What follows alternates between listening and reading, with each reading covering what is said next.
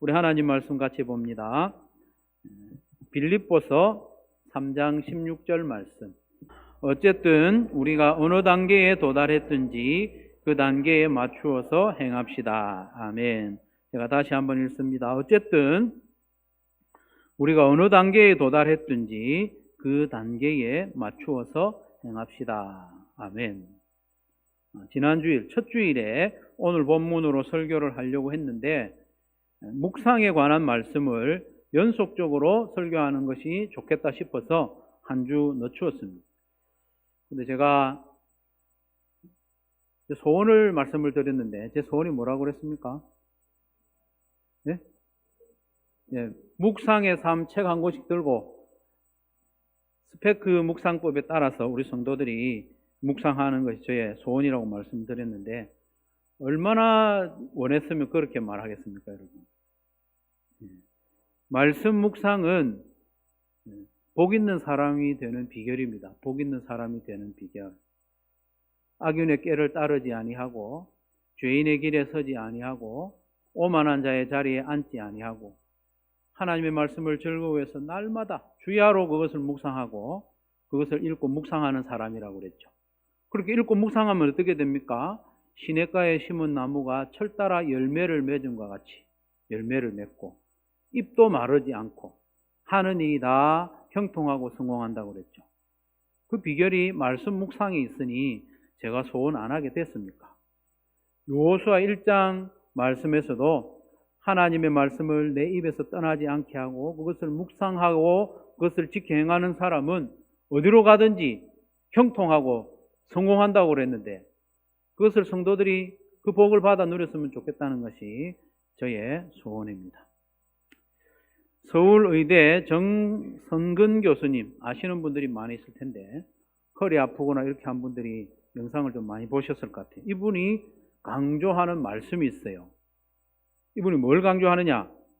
따라하는 사람이 이긴다는 거예요. 어떤 사람이 이긴다고요? 따라하는 사람이 이기는 거예요. 영상 보는 사람이 낫는 게 아니고 따라하는 사람. 설교 듣는 사람이 이기는 게 아니고 따라하는 사람. 무엇이든지 하나 따라하고 반복하고 연습하는 사람이 이기게 됩니다. 이명우 목사가 연말부터 연초까지 왜 저렇게 말씀 묵상을 강조하는지 도저히 이해가 안 되는 분이 있을 거예요. 뭐가 그렇게 중요하다고 이해가 안 되고 설득이 안 되는 분이 있을 거예요. 그래도 한번 순종해서 따라해 보시기 바랍니다. 제가 안 좋은 거 권하겠습니까? 따라해 보십시오. 한번 따라해 보십시오. 책을 한 권씩 구해가지고 한번 거기 적혀 있는 대로 한번 해보십시오. 해보면 알 겁니다. 왜 이렇게 하라고 그러는지. 오늘은 2025년 한소망교회 표어 주제 말씀을 살펴보려고 합니다. 한번 따라하겠습니다. 단계에 맞추어 행합시다. 따라하는 사람이 이긴다고 그랬죠. 단계에 맞추어 이것도 안 따라하면 어떻게 따라하겠습니까? 단계에 맞추어 행합시다. 우리 하나님 참 감사해요. 이 한 번에 10단계 해라 이렇게 안 하고 이 단계에 맞춰서 한 단계씩 해라고 그러니까 얼마나 감사합니까? 할 엄두가 나고 용기가 생깁니다. 방향과 목적지가 분명해야 단계에 맞추어 살아갈 수 있죠. 뭔가 단계가 있고 또 한 단계 높은 걸 도전한다는 것은 방향이 있다는 거잖아요. 목적지가 있다는 거잖아요. 목표가 있으니까 단계가 있는 거죠. 방향도 없고 목적도 없는데 단계가 있다. 이건 말이 안 되고 무의미한 일이죠. 반드시 방향과 목적지가 있어야 내가 한 단계 한 단계 도전하고 발전할 수 있는 거죠. 그렇기 때문에 사도 바울이 오늘 본문에서 어쨌든 우리가 어느 단계에 도달했든지 그 단계에 맞추어 행합시다 이렇게 했죠. 이 단계에 맞추어 행하자는 것은 어떤 목적지가 있다는 거죠. 오늘 본문 앞에 보면 나는 막 달려간다. 뒤도 안 돌아보고 달려간다. 막 그렇게 막 달려간다는 이야기를 하는데 그 앞에 보면 10절과 11절에 보면 어디를 향해서 달려가고 있는지 뭘 위해서 단계를 높여서 행하고자 하는지 그걸 설명을 하고 있는데 먼저 10절을 보면 방향성과 목적이 나오죠. 10절 내가 바라는 것은 그리스도를 알고 그분의 부활의 능력을 깨닫고 그분의 고난에 동참하여 그분의 죽으심을 본받는 것입니다. 이렇게 되죠. 읽었는데 뭔 뜻인지 잘 모르겠죠. 어렵습니다. 그리스도를 알고 그분의 부활의 능력을 깨닫고 그분의 고난에 동참하고 그분의 죽으심을 본받는 것, 이 모든 것이 수평적으로 보이잖아요. 평면적으로 보이잖아요. 그래서 이해를 돕기 위해서 구문론이라든지 성경신학적인 것을 바탕으로 해서 조금 입체적으로 정리를 해보면 10절 말씀 이렇게 볼 수 있습니다. 10절을 보시면 나는 알기 원합니다. 나는 알기 원한다는 거예요. 뭘 알기 원하는데? 세 가지를 알기 원해요. 그리스도를 알기 원해요. 그리고 그분의 부활의 능력을 알기를 원합니다. 그리고 그분의 고난에 참여함을 알기를 원합니다. 좀 어렵죠, 그래도. 그리스도를 알기 원하고 그분의 부활의 능력을 알기를 원하고 그분의 고난에 참여함을 알기를 원하는데, 그럼 어떻게 그걸 알려고 하느냐? 그분의 죽으심을 본받으면서, 그분의 죽으심을 본받는다. 이 본받는다는 말이 분사형으로 되어 있거든요. 이렇게 하면서 알기 원한다. 세 가지를 알기 원한다는 거예요. 바울은 알기 원한다, 안다는 것은 지식적으로 아는 걸 말하는 게 아니에요. 기노스코라는 이 말은요, 경험적으로 아는 거예요. 헬라어는 기노스코고 히브리어는 제가 종종 이야기했기 때문에 야다라는 단어가 기억나죠. 야다라는 이 동사는 경험적으로 아는 거예요. 어떤 경험이냐? 아담이 하와를 아는 거. 이름 아는 게 아니고 부부가 하나됨을 통해서 아는 거 있잖아요. 경험적으로 아는 걸 말해요. 바울도 경험적으로 알기 원한다. 그래서 그분의 죽으심을 본받는 가운데 그걸 알기 원한다는 거예요. 그리스도의 고난에 참여한다라고, 여기 참여한다는 말이 코이노니아, 참여한다. 코이노니아는 참여하는 거거든요. 경험해봐야 알죠. 그걸 이야기합니다. 그래서 그리스도 예수의 고난과 죽으심을 본받으면서 따라 해보면서, 예수님이 그 고난 받으신 것을 내가 따라 해보면서 비참함, 부끄러움도 당해보면서 그래 해봐야 그리스도를 알 수 있다는 거예요. 그렇게 해봐야 그리스도의 부활의 능력을 알 수 있고, 그렇게 해봐야 그리스도의 고난에 참여, 야, 예수님이 고난 이렇게 받았구나 알 수 있다는 것이죠. 아버지가 되고서야 아버지의 마음, 아버지를 경험적으로 알 수 있는 거예요. 저도 아이 넷을 낳고 아버지가 되어 보고야 자녀 8을 낳아서 키운 아버지를 좀 알겠더라고요. 엄마가 되고서야 엄마를 더 알 수 있는 것처럼 같은 원리입니다. 그 입장이 되어봐야 하고 그분과 함께 고난을 당해보아야 하고 그렇게 할 때 알 수 있다. 바울은 복음을 듣고 이미 구원을 받아서 하나님의 자녀가 됐습니다. 명목적으로 하나님의 자녀가 됐습니다. 바울은 그러나 그 명목적으로 하나님의 자녀가 된 것에 만족하지 않고 머무르지 않고 예수님을 경험적으로 인격적으로 알기를 원했습니다. 그것은 바로 예수님의 제자가 되는 것, 예수님 닮는 걸 말해요. 예수님을 경험하고 예수님을 경험적으로 아는 것이 바로 예수님 닮는 거고, 예수님 닮는 게 바로 제자가 되는 거잖아요. 예수님을 닮아야 예수님이 얼마나 고마운지 알 수 있는 거예요. 예수님을 닮아야 예수님과의 교제가 깊어질 수 있습니다. 이거 꼭 알아야 되는 원리입니다. 제가 가끔 탁구를 예전에 쳤는데 지금은 치지를 못하고 있는데, 탁구 실력이요, 이제 시작한 사람이 있고 거의 탁구의 달인이 있잖아요. 탁구도 될 수 있고 뭐 테니스도 될 수 있고 골프도 될 수 있고, 골프 이제 배운 사람이요, 골프 아주 프로급의 사람하고 같이 친다고 그렇게 교제가 안 됩니다. 알 수가 없어요, 그 실력을. 탁구도 이제 배우기 시작하는 사람이 탁구의 달인하고 치면서 그 탁구 치는 그걸 통해서 그 사람과 그 탁구의 교제가 잘 안 이루어지는 거예요. 마찬가지로 우리가 예수님을 닮는 만큼 예수님과 깊은 교제가 이루어질 수 있습니다. 그렇지 않겠습니까? 예수님을 내가 인격적으로 아는 만큼 예수님이 고마운 거예요. 경험적으로 알지 못하고 머리로만 알면은 예수님이 얼마나 고마운 분인지 마음에 와닿지 않죠. 그래서 내가 예수님의 그 고난과 억울함과 심지어 죽음과 같은 그 고난에 내가 참여해 볼 때에 예수님이 이런 분이구나. 나를 살리려고 이런 고난을 당했구나. 이렇게 부끄러움을 당했구나. 예수님이 이렇게 낮아졌구나. 예수님의 낮아지심이 하늘 보좌를 버리고 사람의 몸을 입고 이 땅에 태어나셨다고 하는데 그걸 알 수가 없어요. 경험해보지 않고는 알 수가 없어요. 어떻게 합니까? 하나님인데 사람이 됐다. 그거를 우리가 어떻게 알 수 있습니까? 내가 조금씩 경험해 갈수록 내가 요만큼 낮아지는데 이런데 하나님이 사람이 되셨으니까 얼마나 낮아지신 거냐. 비교적으로라도 알 수 있는 거죠. 바울은 그걸 지금 원하는 거예요. 바울은 예수님 믿는 데서 그치지 않고 예수님을 닮아가는 일에 단계에 맞춰서 행하기를 원한다는 거예요.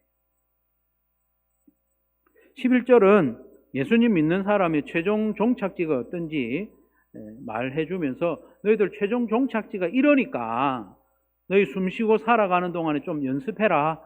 그런 의미거든요. 우리 최종 종착지가 어떻게 되는지 한번 봅시다.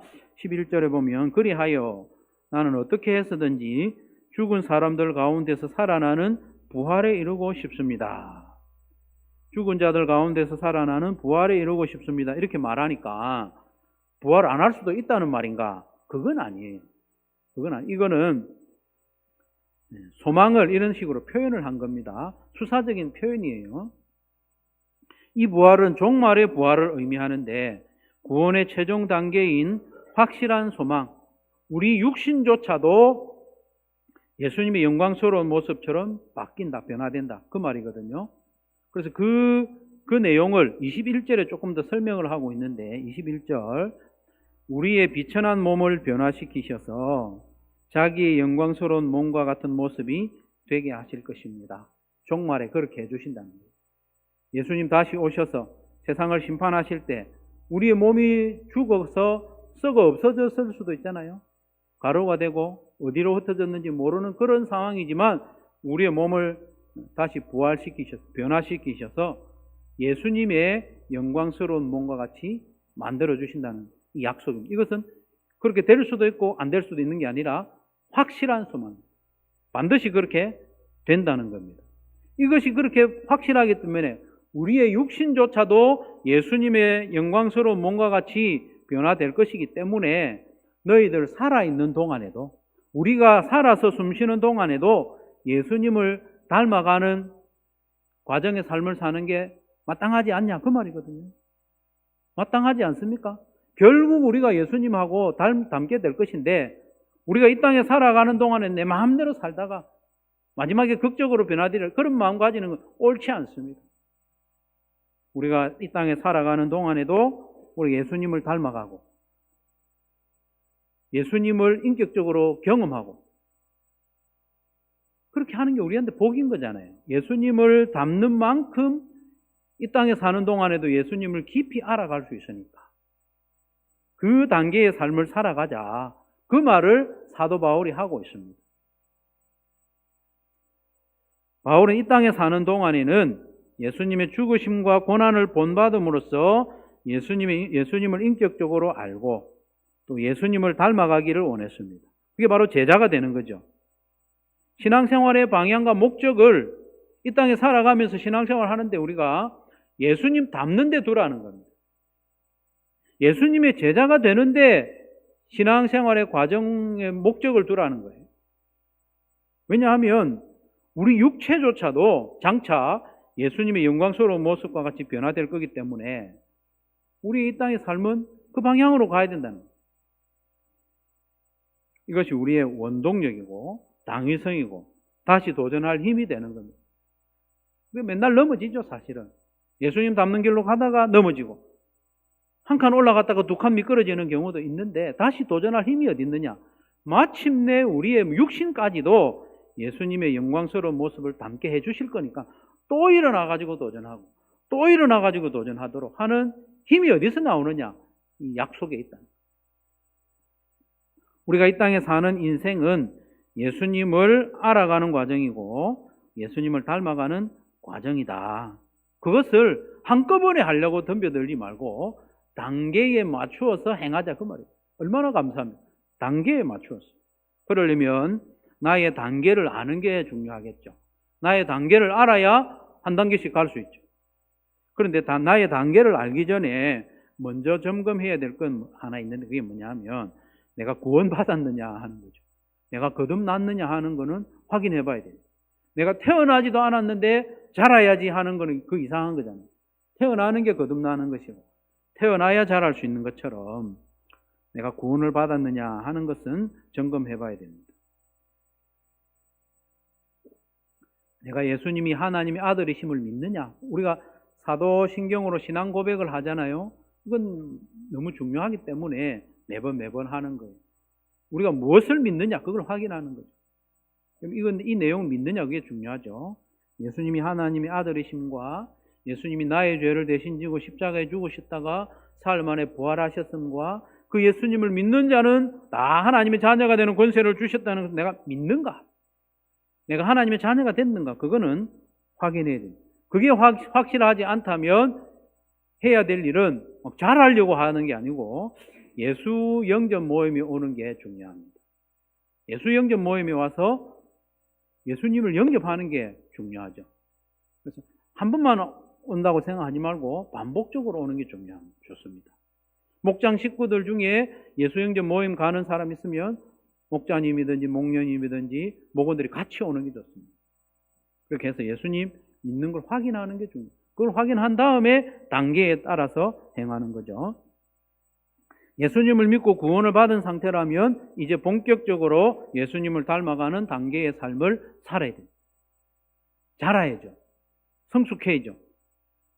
그런데요, 내가 얼마나 예수님을 닮았느냐, 그 단계, 신앙의 성숙의 단계를 한 가지 기준으로만 매길 수가 없는 거예요. 모든 성도를 1단계, 2단계, 3단계, 4단계, 10단계까지 단순하게 쫙 단계를 매길 수가 없는 거예요. 한 가지 기준으로만 매길 수가 없어요. 여러 가지 영역이 있거든요. 예를 들면 예배 생활의 영역이 있습니다. 그리고 목장 생활의 영역이 있습니다. 말씀 생활, 기도 생활, 전도 생활, 헌금 생활, 봉사 생활, 또 언어 생활, 신앙의 인격 등 여러 가지 영역이 있는데 골고루 살펴야 돼요. 이거 언제 다 하나? 걱정하지 마십시오. 하나씩 하면 돼요. 그런데 누군가가 다양한 이 측면을 종합적으로 살펴가지고 나의 단계를 당신은 1단계입니다. 당신은 2단계입니다. 당신은 4단계에 도전하세요. 이렇게 말해주면 좋은데 그렇게 말해주는 사람도 없어요. 나를 잘 모르기 때문에. 그래서 각자 자기의 부족한 영역을 확인하고 나는 예배가 좀 부족한가? 나는 목장 생활이 좀 부족한가? 부족한 영역을 확인하고 그 영역에서 내가 행해야 할 단계 수준이 어딘가를 확인하고 연습하는 수밖에 없어요. 그러니까 뜬구름 잡는 것처럼 내가 어떻게 해야 될지 잘 모르겠다 하는 분들이 많이 있죠. 사진을 하나 보시면 도움이 될 겁니다. 이 사진은 예전에 이런 물동이가 있었죠. 물동이. 이 물동이의 재료는 널빤지입니다.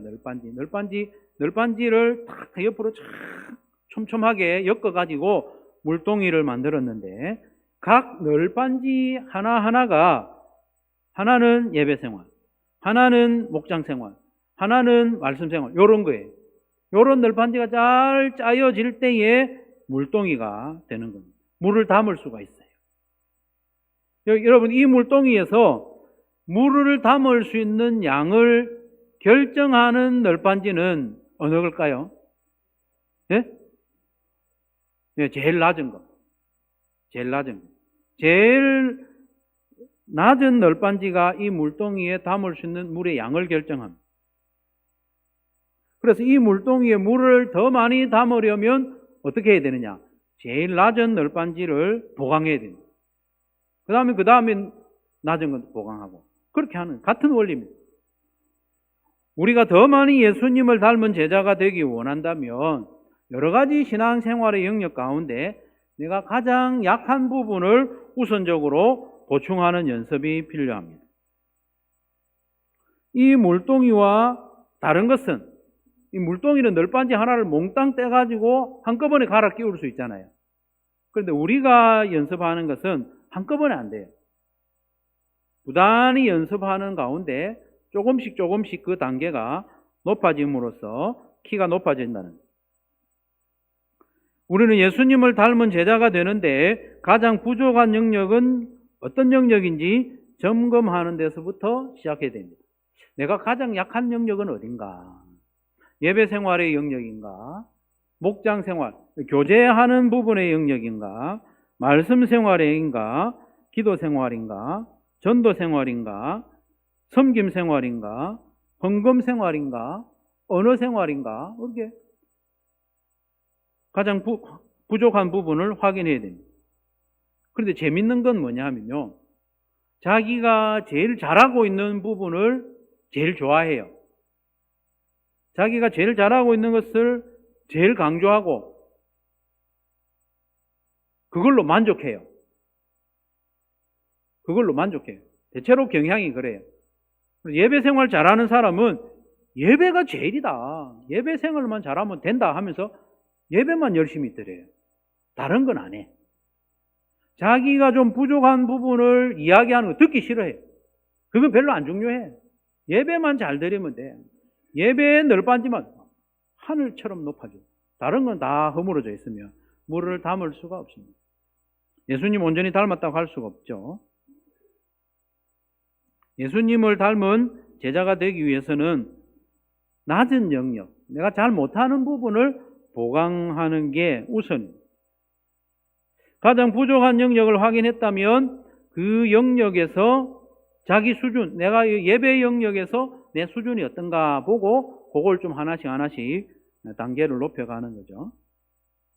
예를 들어서 예배 영역이 가장 연약하다면 나의 예배 수준, 나의 예배 단계를 알아야죠. 예배는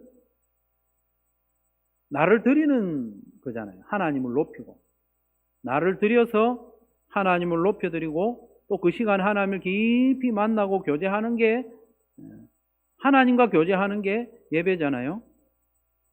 그래서 이 예배가 온전한지, 내가 예배 때 나를 잘 드리고 있는지, 하나님을 인격적으로 깊이 만나고 있는지, 그걸 좀 기본적으로 확인해야 되고, 그러면 그게 왜 부족한지 구체적으로 좀 살펴볼 수 있잖아요. 예를 들면 예배 출석률, 예배 왔다가 바쁘면 안 오고 이래가지고는 예배 생활이 수준이 단계가 높아지기가 어렵죠. 그래서 예배 출석률도 자기의 예배 출석률도 한번 보고, 내가 예배를 얼마나 집중해서 잘 드리느냐, 잡념이나 졸음이나 지각이나 이런 것들 때문에 나의 예배가 하나님 앞에서 좀 송구스럽지는 않은지, 나는 되게 피곤할 때도 아닌데 자꾸 졸음이 온다, 그러면 좀 문제가 있는 거죠. 습관적으로 막 늦게 온다, 그러면 좀 문제가 있는, 그런 부분이 구체적으로 하나씩 개선되고 나아질 때 예배가 점점 수준이 높아지는 거죠. 나는 예배의 순서마다 마음을 다해서 참여하고 있는가? 내가 드리는 헌금이 믿음을 잘 반영하고 또 하나님께 대한 헌신이 반영되어 있는가? 온전한 헌금인가? 확인하는 거죠.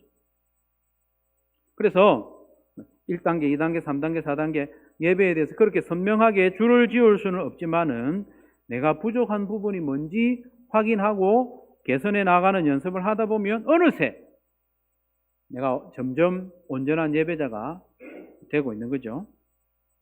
목장 생활도 마찬가지입니다. 목장은 표면적인 교제가 아니라 깊은 교제의 장이잖아요. 그래서 내가 목장 생활을 통해서 성도의 깊은 교제를 경험하고 있는가를 기준으로 해서 목장 생활을 점검해 보는 거죠.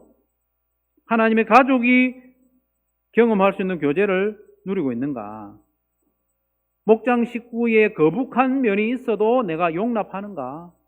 나의 부족하고 부끄러운 부분도 드러내는 교제를 하고 있는가? 그런 걸 점검하면서 예배와 마찬가지로 내가 목장에 잘 참석하고 있는가? 목장 생활을 잘 하려면 기본적으로 참석이 중요하죠.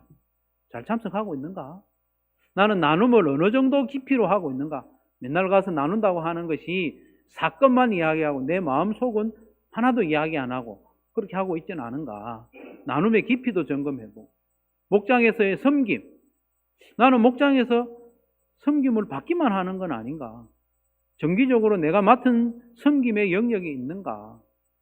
또 목장의 식구들을 정기적으로 우리 집으로 초대하여 오픈하여 섬기고 있는가? 그런 것도 단계가 그건 좀 높은 단계이겠지만 단계를 쭉 한번 살펴보는 게 중요합니다. 전도 생활도 마찬가지죠. 전도 생활을 우리가 점검할 때 가장 기본적으로는 내가 하나님 아버지의 마음으로 믿지 않는 영혼들을 불쌍히 여기는 마음이 있는가? 그걸 한번 생각해 볼 필요가 있습니다. 안 믿는 사람들이 있잖아요. 이름도 모르고 얼굴도 모르는 사람은 차치하고서라도 내가 종종 만나는 사람들 가운데 예수님을 모르는 사람, 내가 저 사람 불쌍히 여기고 있는가? 그걸 자기를 생각해 봐야 돼요. 그런 불쌍히 여기는 마음이 없으면 참 심각한 거죠. 그리고 구체적으로는 한 5명 정도의 VIP를 내가 정해 놓았는가? VIP를 정해 놓지도 않았다면 아주 좀 문제가 심각하죠. VIP를 정해 놓았는가? 내가 정기적으로 VIP를 위해서 기도하고 있는가? VIP에게 사랑으로 또 필요를 채워주는 섬김을 하고 있는가? 그리고 VIP에게 종종 예수님을 전하고 있는가? 초대하고 있는가? 그런 전도의 과정이 전도의 과정은 비교적 우리가 단계가 선명하잖아요. 그 단계를 점검해 볼 필요가 있습니다. 그래서 부족한 영역에서 나의 단계가 어느 정도인지 알아야 합니다. 그게 쉽지는 않지만은 목장 생활, 예배 생활, 전도 생활 쭉 여러 가지 생활 가운데 그 가운데 있잖아요. 구체적으로 나에게 부담이 되는 단계가 있어요. 부담이 되는 단계. 엄두도 안 나는 단계는 내 단계가 아니에요. 부담이 되는 단계가 있거든요. 그 바로 밑에 단계가 현재 내 단계라고 보면 됩니다. 그러면 나의 단계를 알 수 있는 거죠. 다음 단계를 정해서 행해야 되는데 그러면 다음 단계는 뭐냐? 다음 단계가 뭐냐 하면 쉽게 말하면 그런 거예요. 내가 애를 쓰면 할 수 있는데 안 하거나 못 하는 단계. 그게 내 다음 단계예요. 애를 쓰면 할 수 있어요. 근데 지금 안 하고 있어. 그럼 그게 내 다음 단계예요. 요건 좀 이해가 쉽죠? 비교적. 예. 예를 들면 기도 생활에서 엄두도 못 내는 단계가 있어요. 맨날 철야하는 단계. 그건 우리 엄두가 잘 안 나잖아요. 또 어떤 경우가 있는가 하면 매일 새벽 기도하는 단계. 그건 우리 엄두가 안 나는 단계가 있을 수 있어요. 기도 생활을 잘 안 하다 보면. 그런데 매일 하는 거는 못 하겠지만 내가 좀 애를 쓰고 내 삶을 좀 정리하면 일주일에 하루나 이틀은 새벽 기도 생활 할 수 있겠다. 그게 내 다음 단계라고 보면 됩니다. 쉽죠? 그게 내 다음 단계. 봉사생활을 좀 다른 예를 든다면 주방에서 이제 토요일 날 식사 준비를 하는 거를 예를 든다면 모두가 식사 준비에 동참해야 된다는 말은 아니에요. 예를 들면 그런 거예요. 예를 들면 주방 봉사를 하는데 엄두가 안 나는 단계가 있어요. 매주 가가지고 봉사하는 그거는 내가 처음에는 엄두가 안 날 수도 있어요. 근데 내가 좀 시간을 좀 내고 애를 쓰면 한 달에 한 번 아니면 한 달에 한 2번 정도는 내가 할 수 있겠다 싶은 그거 있죠. 그게 내가 해야 할 그 다음 단계. 모든 봉사를 다 그렇게 해야 된다는 건 아니고 내게 주신 은사, 관심에 따라서 하는데 다음 단계를 정하는 원리가 그렇다는 겁니다. 그런데요, 여러분, 우리가 내가 부족한 신앙생활의 영역 있잖아요. 영역, 예배생활 영역, 목장생활 영역, 이런 영역을 찾아내는 것도 좀 어렵고, 그렇죠? 찾아내도 거기서 내 단계를 어떻게 높여가야 될지 참 어려운데, 그걸 도와주는 확실한 방법을 하나 말씀을 드리려고 합니다. 내가 부족한 영역이나 또 그 영역에서 내가 다음 단계를 어떻게 찾아내고 할 건지 그거를 알려주는 방법이 있는데, 그게 뭐냐 하면 바로 묵상의 삶 있죠.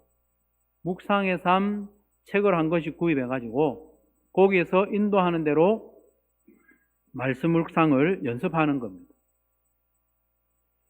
그거하고는 별 연관이 없어 보이죠, 그렇죠? 근데 아주 밀접하고 실제적으로 연관이 있습니다. 실제적으로 연관이 있습니다. 사실 그 자체가 말씀 생활의 단계를 높여가는 방법이기도 하고, 묵상의 삶에서 추천하는 묵상 방법, 그 스페크 묵상 방법으로 말씀을 묵상하면 자연스럽게 나의 연약한 영역이 발견되게 되고, 또 그 영역 가운데서도 내가 실행해야 할 다음 단계를 하나님이 알려주셔요. 좋겠죠? 알려주셔요. 본문을 3번 읽는다고 그랬죠? 3번 읽으면서 스페크, 알록달록, 얼룩이 덜룩이, 밑줄도 치고 황칠도 하고 그렇게 해놨잖아요. 3번 읽었잖아요. 읽으면서 스페크, 이 5가지를 생각하면서 하나님께 여쭤보는 거예요. 하나님, 오늘 제가 읽은 말씀 중에 회개해야 될 죄가 있습니까? 여러분, 본문 읽으면서 막 이걸 먼저 미리 생각하지 마세요. 제가 해보니까 그래요. 본문 읽을 때는 본문을 읽는 데 집중하시고 하나하나 여쭤볼 때 그때 하면 돼요. 하나님, 오늘 제가 읽은 말씀 중에 제가 회개해야 될 죄가 있습니까? 죄가 있습니까? 하나님, 제가 오늘 읽은 말씀 중에 붙잡아야 할 약속이 있습니까? 약속. 하나님, 제가 오늘 읽은 말씀 중에 따라야 하거나 혹은 따르지 말아야 할 모범이 있습니까? 모범. 하나님, 오늘 제가 읽은 말씀 중에 순종해야 할 명령이 있습니까? 여쭤보는 거예요. 그리고 오늘 읽은 말씀 중에 하나님에 대해서 새롭게 알게 된 지식이나 사실이 있는지 확인해 보고 있으면 적는 거예요. 5가지를 다 적어야 되는 건 아니에요. 그날 다릅니다. 그걸 적어놓고 이제 진짜 중요한 게 있잖아요. 그걸 바탕으로 오른쪽 페이지 가장 넓은 면에다가 나의 마음과 나의 느낌을 따라서 하나님께 뭔가를 쭉 써내려가는 거예요. 써내려가는 게 중요합니다, 여러분. 써내려가는 게 중요해요. 그렇게 써내려가다 보면 나의 부족한 영역이 확 드러나요. 복근 해보셨는가 모르겠는데 여러분, 이렇게 막 읊다 보면 나오잖아요. 그러고 하셔가지고 복근이 뭔지 읊다 보면 글자가 나오잖아요. 하나님 말씀 읽고 스페크 과정을 지나서 그 다음에 기록에서 써내려가다 보면 내 문제가 뭔지, 내가 부족한 부분이 뭔지 싹 드러내 보여주시고, 또 써내려가다 보면은 그 영역에서 내가 이제 해야 될, 내가 행해야 할 구체적인 단계가 뭔지도 말씀해 주셔요. 그걸 이제 밑에 적용란에 적는 거잖아요. 얼마나 좋습니까? 적용란에 적고, 또 지난주일 설교 때 들었던 그 말씀 가운데 적용란을 적고, 그날 실행률도 적고, 그 밑에 보면 오늘 해야 할 중요한 일, 만나야 할 사람, 그리고 VIP와의 관계, 그런 것도 적고, 틀어서 5번, 6번, 7번을 합쳐가지고 기도하고 마치는 거죠. 복잡해 보이지만 몇 번 따라 해보면 복잡하지도 않습니다. 거기 보면 다 설명이 되어 있습니다. 어려운 것 같지만 어렵지도 않고 그래요. 스페크 묵상법으로 말씀을 묵상하면 너무 좋습니다. 그 시간이요, 하나님하고 1대1로 목장하는 것 같아요. 깊은 교제가 이루어집니다. 하나님 앞에서는 내가 못할 말도 없잖아요. 1대1로 뭔가 레슨을 받는 것 같아요. 하나님께서 너 요 부분 좀 문제잖아. 한번 고쳐봐. 이렇게 말씀을 해주시니까요. 그러니까 할 수 있는 만큼 일주일에 한 2번도 좋고 3번도 좋고 한번 해보십시오. 하루에 한 30분 걸립니다. 절대 손해 안 갑니다, 여러분. 손해 안 갑니다. 처음에는 어색하고 기록하는 것이 귀찮을 수 있습니다. 왜 안 하느냐? 귀찮아서 안 하는 거거든요. 적는 게 귀찮아. 생각만 하는 거지, 생각만. 생각으로만 묵상하는 거지. 여러분, 생각으로만 묵상하는 거하고 기록하면서 묵상하는 거하고 천지 차이입니다. 생각으로만 묵상해 놓은 말씀은요, 마귀가 언제든지 뺏어갑니다.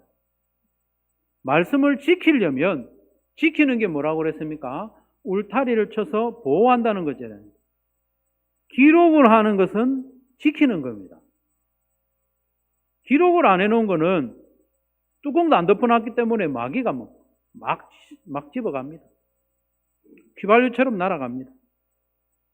그러니까 단계에 맞추어 행하는 가장 좋은 방법은 묵상의 삶을 한 곳씩 구입해가지고 스페크 묵상법에 따라서 묵상하는 거.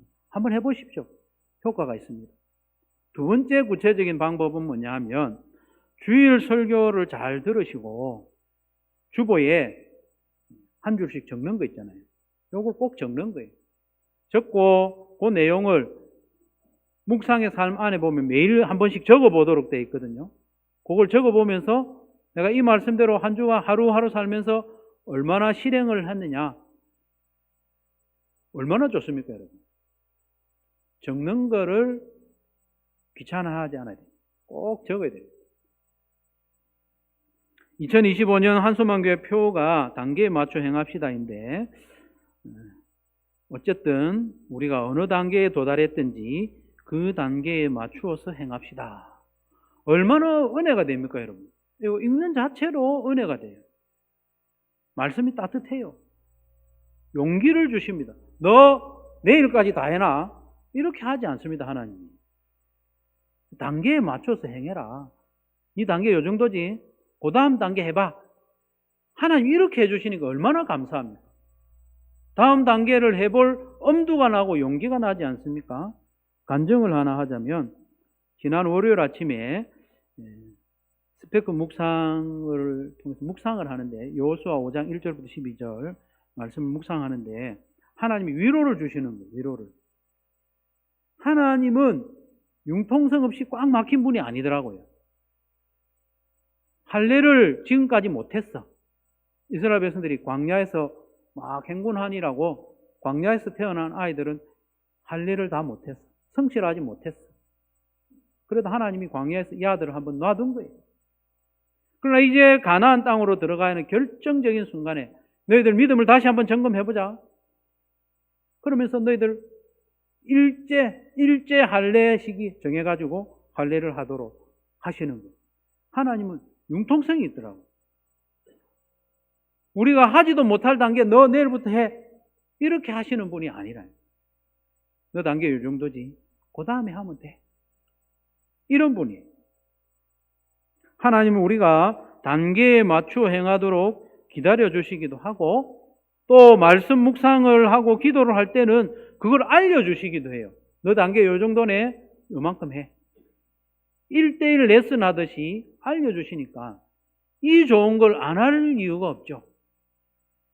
이거 안 하면요. 단계에 맞춰 행하기 매우 어렵습니다. 여러분. 아까 영역 봤죠? 10가지 정도나 되는 단계를 여러분이 무슨 수로 내가 체크해가면서 단계에 맞춰서 행할 수 있겠습니까? 무슨 수로? 그러나 매일 하나님의 말씀을 묵상하면 내가 가장 연약한 부분, 내가 해야 할 것을 우선적으로 탁탁 말씀해 주셔요. 말씀을 똑같은 말씀을 읽어도요, 영역이 다르고 적용이 다 다릅니다. 하나님이 그렇게 역사해 주십니다. 이걸 안 할 이유가 없습니다. 2025년 말씀 묵상을 부지런히 함으로 단계에 맞춰 행하고 예수님을 점점 닮아가는 성도들이 되시기를 주님의 이름으로 축원합니다.